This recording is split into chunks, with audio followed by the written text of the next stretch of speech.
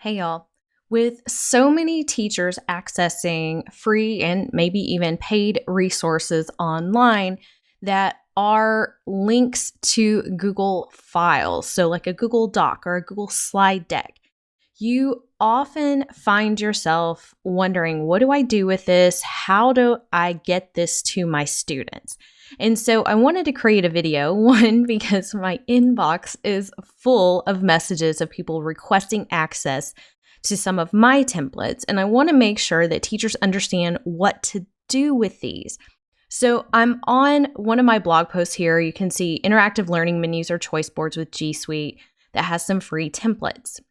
This is one of the most popular posts that I've ever had on Shake Up Learning, and there are lots of templates in here that you can use. So there is a link to a blank tic-tac-toe template as well as this novel study one you see right here. So there are a lot of different ways that you can view these and make a copy. So I just wanted to walk you through to show you exactly how this works. So for instance, if you click here and it says, use my blank tic-tac-toe template. Well, this particular one pops up as a template link, and you see the button that says use template. When you click on use template, it will automatically make a copy and add it to your Google Drive.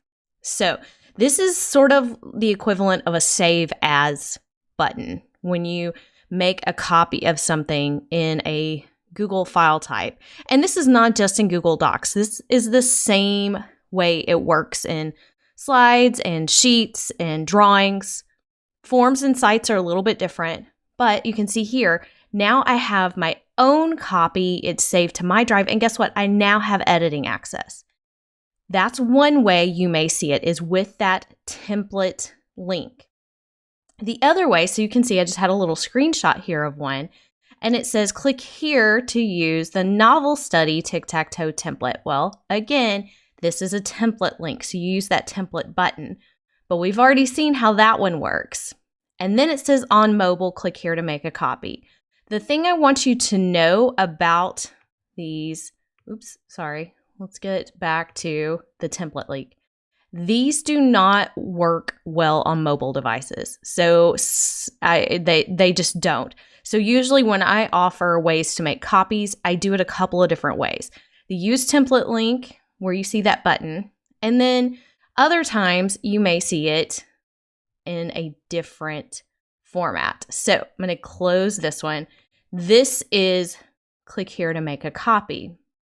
Well, when you click here to make a copy, you don't actually see what it looks like. And that's kind of the drawback to using this format. But this one will work on mobile if you have your Google accounts and apps set up on your mobile device. So if not, it will ask you to log in right here. So clicking make a copy works slightly differently, but by clicking this button, it's going to make a copy of this document and save it to my drive. Just like the template link, only difference is this one actually names it copy of. But again, now it's mine. Now I can click on it. Now I can edit it and make it work for my kids. You'll also notice on a lot of my templates, I put this line right here, teachers, click here to make a copy and save to your drive. And so many teachers don't see this. They don't read it. But again, I just added that make a copy link right there. Now, the other thing that you may occasionally run into is seeing a view-only access like this. And this is where most people don't know what to do. They see it, they're clicking around like, I want this, can I use this? And then they just see this button over here that says request edit access. When you click on this button, it sends a message to the owner of that document to give you individual access. For me, this means hundreds of emails flood my inbox every day just for this particular template.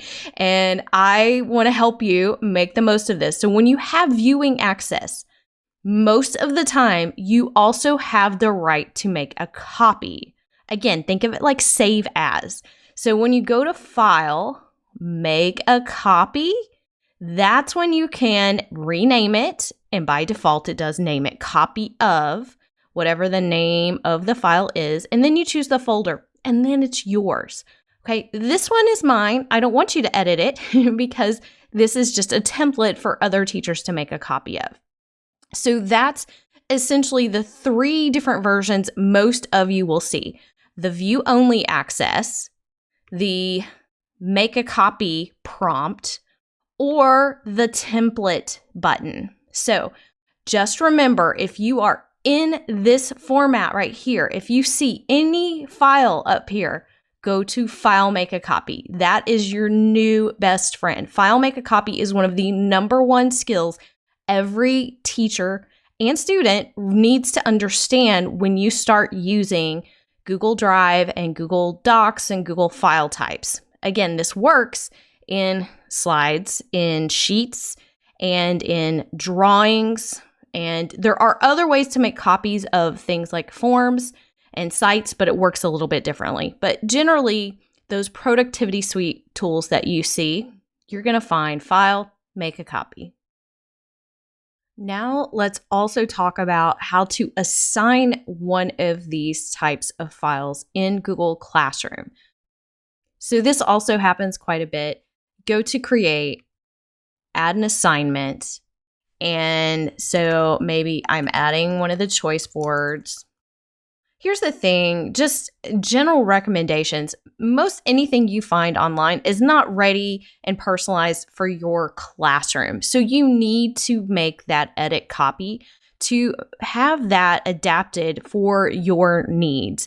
No matter how great that particular option seems at the time, take the time to make sure that those choices, whatever it is, are right for you and your students. So I'm going to click on Add, and you'll see I have the option to add from Google Drive. And since those files exist in Google Drive, that's where I want to go. Now, here's the other thing. Because you have accessed some other people's files, maybe mine or someone else's, you may find those because you have opened those in Google Drive. So you want to make sure whichever file you attach is the one that belongs to you and not one that has simply just been shared, because you will need that copy to originate from you. So remember how we went to File, Make a Copy, and it named it Copy of. And this one right here is the one I know is mine. And so when I'm in Google Classroom, I want to choose that one that has, and it doesn't have to be named Copy of. You can name it whatever it is. I just happen to know by looking at it, that's the name that I left it, and then click Add. If you have added someone else's file right here, you're going to see a little warning sign pop up, and it's going to ask you to make a copy of it first. Google Classroom is supposed to do that, although I don't think that works perfectly. And occasionally people have assigned some of my files to their students, and then I get all of the student emails trying to access my files too. So just real quick, remember that you can do that, and you have the option to choose what you need students to do with this file. Now, if this is just a read-only document, like here's the directions, I don't need you to write on it. It's simply a student can view the file. And that means all students view the same exact file. But if I want to make a copy for each student, I choose this last one down here, and Google Classroom will magically make that copy for each student.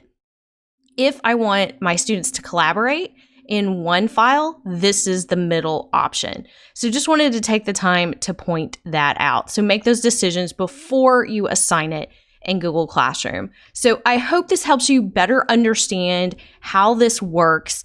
I'm also posting a video on sharing and how all of that works inside Google Drive and all of your Google file types, so you can better understand what all of those sharing options and why these things work the way they do.